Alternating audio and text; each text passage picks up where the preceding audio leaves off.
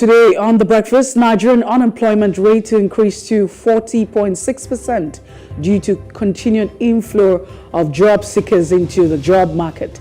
We'll definitely have further analysis on the show.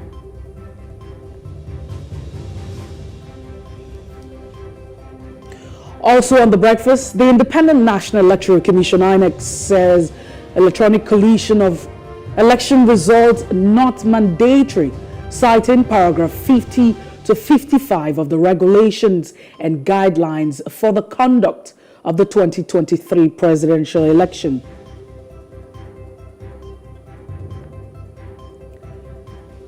And don't forget, we'll also be looking through today's newspapers, analyzing the biggest stories of the day.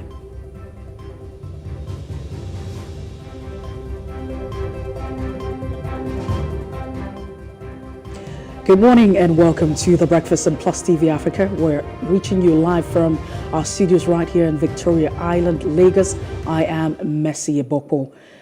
Usually our conversation starts off with what Nigerians are talking about, what are the stories, what's of interest, to a lot of people. Now, this is quite unfortunate. I'd like that we run the track of this particular unfortunate incident that happened, between the 3 o'clock hours of yesterday or about evening of unfortunate a reputation of what had happened. Okay, unapproved according to the reporters.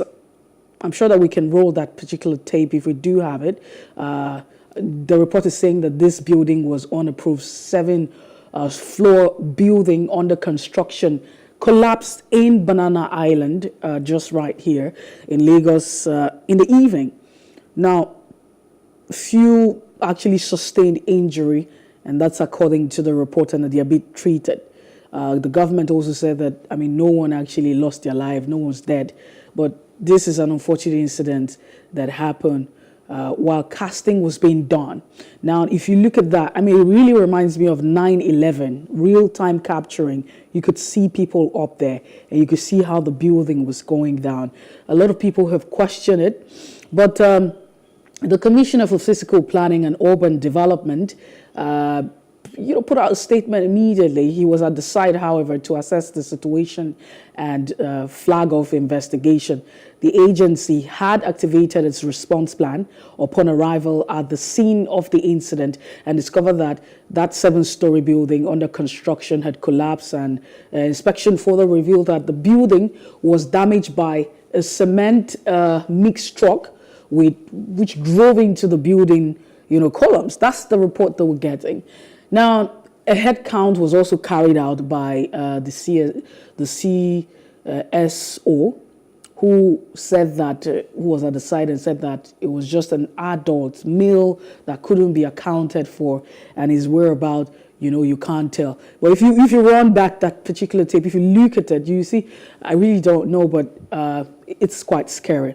Now, this is a reputation of what has happened before now. We've had a collapse, structure, and it's not first time buildings will collapse in Lagos. And another one that happened, in 2021, if I'm not mistaken, it was really, really saddening. And then just when we thought that, we had overcome all of this, we're not going to witness this again, then this happens, yesterday. It's unfortunate. But let us cast our minds back to, a lot of things. If you remember vividly, if you live in Lagos or you don't live in Lagos, then it might interest you to know that because of the high number of cases of building collapse in Lagos State, the Lagos State government had passed into law the Urban and Regional Planning Development Law in 2010. That's a long time, 2010. That's the planning law. The law established 3 physical planning and development agencies under the Ministry of Physical Planning and Urban Development. You have the Lagos State Physical Planning Permit Authority, which is saddled with the responsibility of processing and issuing planning permits in the state. So you ask yourself, who, issued the order? This is not possible for you to have this building erected without someone being involved. Someone, approved that. Now, the Lagos Building Control Agency is another one that is vested with the responsibility of monitoring and enforcing building control regulations. So it's another thing to have a law. You also have a body whose duty is to ensure that regulations are expected and respected to the latter. Okay, monitoring and enforcing building control regulation. The Lagos State Renewal, Urban Renewal Agency is also another one. The responsibility of this is that it implements the state policy on urban renewal and upgrade of slums in Lagos. So there are procedures. I mean, it is not rocket science, because if you behave in a certain way, you can actually predict what the outcome will be. And it's just so embarrassing and very saddening. And it's really, really scary that every other time we constantly have these occurrences. And what exactly is the, actions that we take? Because this building would actually, there are procedures, there are standards, there's everything. You have to go through the entire procedure. There would have been a compromise. It's not possible that, this actually happened for whatever excuses that we're giving now and whatever it is that we're saying. Someone has compromised at a certain level. Not to even think about 2010. So if you look at 2010, since the law was actually, there was a law in place to ensure, and the creation of all of this ministry with different bodies and agencies, 3 of them. How far have we fared in Lagos State with building collapse? Do we still have, these as an occurrence? Yes, of course. And like we said that time in 2021, several buildings collapsed. And then we're still going to say in 2023, there will be more buildings that will collapse if we don't do the needful. Now, this is entirely not on the government, but all hands must be on deck. Contractors, whatever it is, the owner of the structure. It is just something that is wrong, and it's not possible. Look at that. We can't continue like this and expect a different result, really. It is very embarrassing, and it's saddening to say. Now, however, following that particular report, it's a good thing to say that there's no casualty in terms of, someone losing their life. However, we're praying that those who have sustained injury, would actually recover quickly. And there should be a proper investigation to ascertain proper head count of those who are actually available. If you see that, people have asked the question, well, how did this video come real time? Was it that people had anticipated? You could see people trying to run, because there's no how a building is going to try to collapse without seeing the signs. So, and look at all the structures around. You ask yourself, what is wrong? What exactly is wrong with following the process if there are laws? So yes, it's a failure on government, it's a failure on people, it's a failure entirely on the entire system. And like I said again, if we don't do the needful, if we don't do the right thing, we will continue to witness buildings collapsing, not just in Lagos, but in the entire country. So yes, this is a wake-up call. Hope we can get it right and just reduce all of these incidents. It's totally unfair. Now, the next conversation is also not very exciting, because just yesterday we talked about police brutality. I think that has also dominated the conversation for the past weeks, and it feels like it's something that's not going to leave our space recently.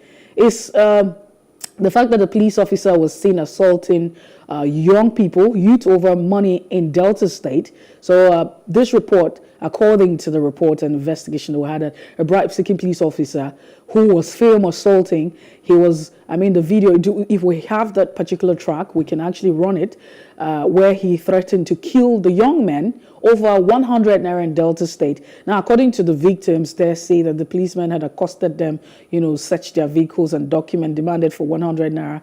And the youth refused, to pay that money. And the officer unleashed, terror. Now, in that viral clip, the police officer can be seen, wielding a knife, his baton, a gun, while saying, "You dey craze." That's in pidgin English. "You dey craze? Are you mad? I will kill you here." To terrify the youth who actually abandoned their car and ran into the bush. This is actually an amateur video. You can see what's going on right there. And I'm almost, tearing at this point in time. And this happened in Delta State, the state capital. But just quickly look at that. I'm not sure we have the audio for that. You could see this. It brings a lot of tears, to my eyes. But I'll try not to let it drop this morning.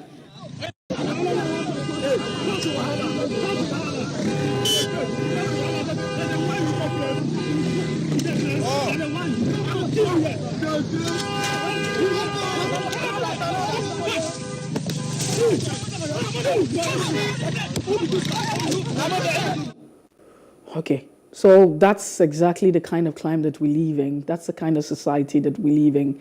Those who are being paid with taxpayers' money and treating, Nigerians as animals and then treating them like they don't even matter. In the course of discharging your duty, I'm sure that we can do, better as a people. This is really, really heartbreaking. And honestly, I really don't understand where we're headed as a people. Now, it might also interest you to know that just recently, we talked about the killing that happened of a middle-aged businessman by police officers after the deceased reportedly refused to offer him 100 naira as bribe at the checkpoint. The death of this young man led to a serious protest in the capital. Residents actually condemned, that particular act. And then again, we're talking about this. Exactly are we at this? Where is the IGP in all of this? What is the president saying? What are the people saying? What are these governors who actually also resisted the policy of the Naira redesign? What exactly are we saying with all of this inhumanity that's going on, all those sort of crude behavior that we have in the police system? I mean, just really look at that. It is so shameful, but that's what happens when you have laws and their lack of implementation. People are not paying for the crime. People, because there's a lot of impunity, when people are not punished for what they have done, then it continues to enthrone such behavior. And those police officers think that they can act this way and get away with it. But again, there's no how we're going to say we have laws, because we do have laws. The problem is not that we don't have laws. We have laws that caters to all of these issues. But exactly, you ask the question, what exactly is the problem? The problem is in the fact that we do not implement the laws. And this is fanning the wings of this man. And, just a reminder, to police officers, that your slogan says that police is your friend. But are you really the friend of the people? Is a question you need to ask yourself. In the course of discharging your duty, is it anywhere that is written in, your mode of operandi, the guidelines, the letter of offer, whatever it is, the entire training that you have to carry out your duty in this manner? This is totally, not acceptable. And I'm hoping that the relevant quarters would rise up and these men involved in this sort of behavior, barbaric behavior, will be apprehended and made to face the law. Now, don't forget that for whatever it is, whether it's a criminal, everyone is innocent until being proven guilty. So what exactly could be responsible for this behavior? Let's move away from it, but I won't be surprised that, probably we'll come back tomorrow and we're talking about another sort of inhuman treatment by police officers, those who should be maintaining the law and order, those who should be friends of the people, but in turn have made themselves enemy of the people.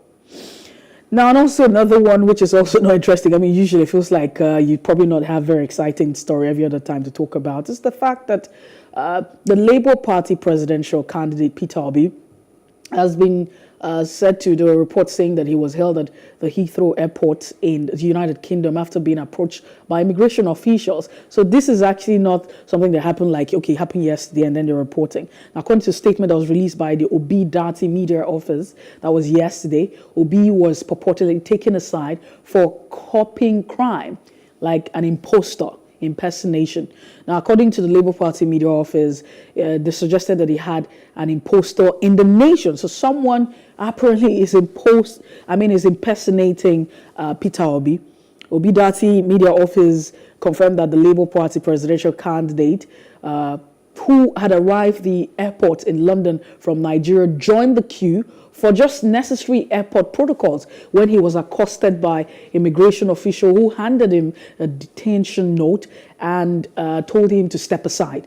So this was actually reported on Wednesday, but doesn't mean that it happened, on Wednesday by Professor Chinyere, who's also a known mass communication expert and deputy vice chancellor of a popular university, Paul University in Oka. Now, reports say that Peter Obi had lived in the UK and he described it. I mean, it was said that he described his professor, his ordeal, who had served alongside him as a Commissioner for Information for Economic and Planning and Coordinating Commissioner or Commission for the Development Partners in the private sector at the time where he was also governor. He said that Peter Obi expressed his pain over the ordeal and incident that were intended to, I think it's quite embarrassing if you say, but there are too many questions that are, that are seeking for a lot of answers, begging for answers. Now, according to Professor Chinyere, it was in the face of some sort of protest by Nigerians where the immigration officer revealed that someone was impersonating him, because apparently if he showed up, people would have seen him. And when they noticed that, the questioning was taking a long time, people became very concerned. It was strange for the fact that he didn't come out immediately. And I think that, arose the interest of a lot of Nigerians that were there at the time. And of course, that led to them saying what happened. It was just for the quick intervention of Nigerians who were available. We don't probably know what would have been the issue. But like I said, there are too many things that you want to begin to question and probe. So if you say someone is impersonating, how is that possible? Because it's not possible for you to impersonate me without my biometrics. And there's a lot of things. Is the person impersonating the name? Is the person using the picture as well? Because if you go, somebody has to look at your passport and look at the face. Is it the same person? Are you using the name? Too many issues. How can that happen, without a collaborative effort? What exactly is going on? At what point was this bridge? Too many questions between the Nigerian society and including the United Kingdom. Several questions that are begging for answers. But fingers crossed, we see how all of that pans out. It can't be unfortunate. You can only imagine what would happen, in other parts of the country. Because if someone impersonates you, it's easy for them, the someone that has imposted you or impersonated you, and the problem might just be in that country committing crime in your name and with your face. So we can't for sure say if this person cloned the passport with his face, with all of his details. That's a lot to grapple. That's a lot to wrap our heads around. But we will definitely seek answers to all of this and follow and bring you more updates and development as to this particular story. That's the size of it. We'll just take a quick break. When we return, we'll just like to run through the front pages of our national dailies. We call it Off the Press. Please stay with us.